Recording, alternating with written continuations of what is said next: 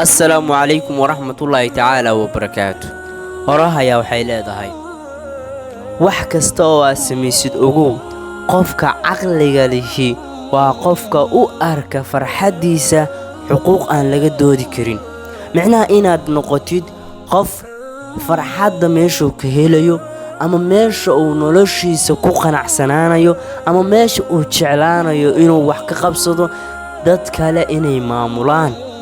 farxadda nolosha lagu sheegaa kow ugu horeen waa qanaaco qofku markuu qanco ayuu farxaa farxadaada mar walba oo ay tahay mid ibni aadan ay gacan ku leeyihiin waxaa tahay qof u gacan galay dad kale xuquuqdaada horta lagama kaftamo qofka ibni aadanka xaq buu leeyahay xaq baana lagu leeyahay xaqa uu leeyahay haddii uu markaas ka sabri karo waa gooni tusaale ahaan waxaa kuu yimid qof waa murantay ugu dharbaax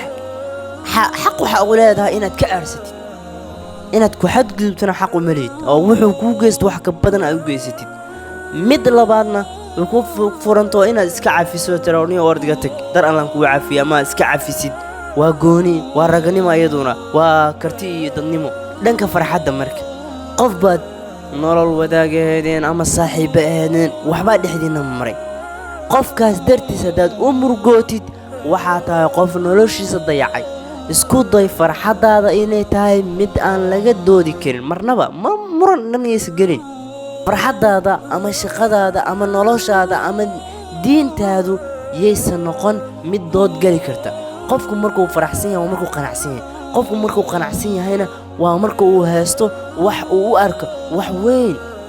diintaada oo kale tusaale ahaan waxaa lagugu amray inaad soontid salaadid هذا حجي كرت حج كاديد سكذا بحسيد وحكى له أمري إن دخل بحديد استغفرت الاتمادي بالكورة دامكو إرادة كورة ما أنت مية ما تكانيسيد ما نسوميسيد حجنا ما آديسيد محتاي أمر الله سبحانه وتعالى كو أمري قاعدتي وأنك هور استاجي فرحت آيات كيلسا نوري برواق آيات كيلسا هذا با مضاد يجري كرتوا مية diintaada farxadaada noloshaada habdhaqankaagu marnaba doodiyus ka gelin qofka ku sheegaya dhaqankaale inuu hayo dhaqankaagi aan ahayn waxa uu yahay qof doonaya inuu adiga ku kontrolo ma ogtahay shacab hadii la doonayo in la qabsado ugu horeen dhanka dhaqankooda ayaa horta la bedelaa dhalinyaradooda ayaa la bedelaa waxa la isku dayaa dhaqankoodii wanaagsan in loo bedelo dhaqan xun dhaqankoodii toosnaay hagaagsanay baa loo suurad xumeeyaa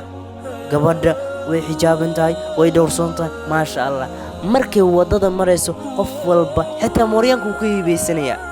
markaas waxaa la yidhi ma doqon baa tahay is-eebaalkii iskaalkici isnuuri quruxdaada soo bandhig mar alla markay dhar ku dhegan ama wax kala qaadatana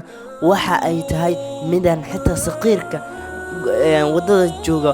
aysan ka nabadgelin waa uu fiirin ama wuu tuureen nin kaloo dareen iyo si kale u mashquulsan xaalad kale adduun iska kacsan tahay ka nabadgeli mayso caafimaad jir ma helayso balaaya ka kor qaylinayso waa qof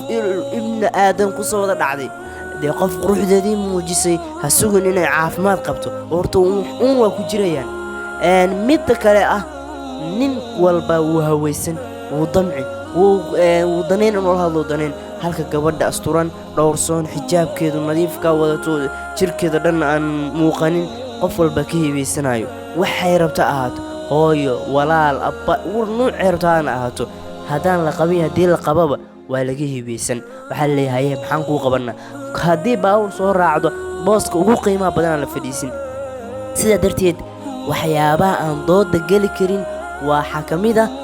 diintaada farxadaada iyo habka noloshaada aad doonaysid inaad u noolaatid u noolow sidaad jecesha allahna raali ka yahay maahan sidaad adigu jecesha shaydaankuna raali ka yahay naf iyo shaydaan waxay kula leeyihiin laakiin laguma amrin inaad raacdid laguma amrin shahwadaada inaad raacdid waxaa lagu amray amarka allah inaad raacdid qofka xaqa u doodaya xaqee muslim xaqiisa u doodaya sax ugu dood wadada dhabta ah